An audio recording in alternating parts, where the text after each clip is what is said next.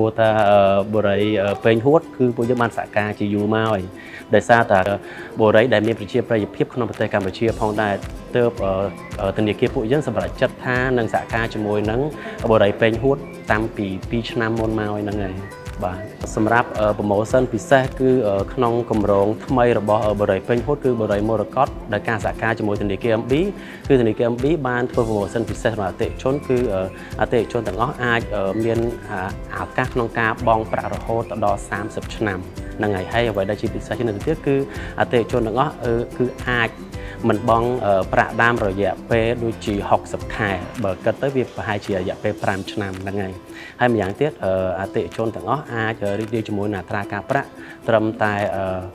8%ហើយពួកយើងបានសម្រេចក្តីស្រមៃទៅដល់អតិថិជនជាច្រើនដែលពួកគាត់បានសម្រេចក្តីស្រមៃរបស់គាត់ក្នុងការទិញលំនៅឋានដែលប្រកបដោយភាព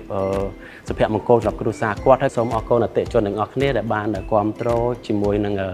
គម្រោងគ្រប់គម្រោងរបស់ពេញហួតបាទហើយជាពិសេសគឺចាប់អារម្មណ៍ជាមួយនឹងសេវាកម្មរបស់ធនាគារ MB ផងដែរហើយពួកយើងនឹងសន្យាថាគម្រោងបន្តទៀតពួកយើងនៅតែបន្តសហការជាមួយបុរីពេញហួតហើយក៏នឹងមានប្រម៉ូសិនពិសេសសម្រាប់អតិថិជនចាស់និងថ្មីទាំងអស់សម្រាប់អតិថិជនដែលជឿទុកចិត្តមកលើធនាគារ MB ក៏ដូចជាបុរីពេញហួតផងដែរបាទ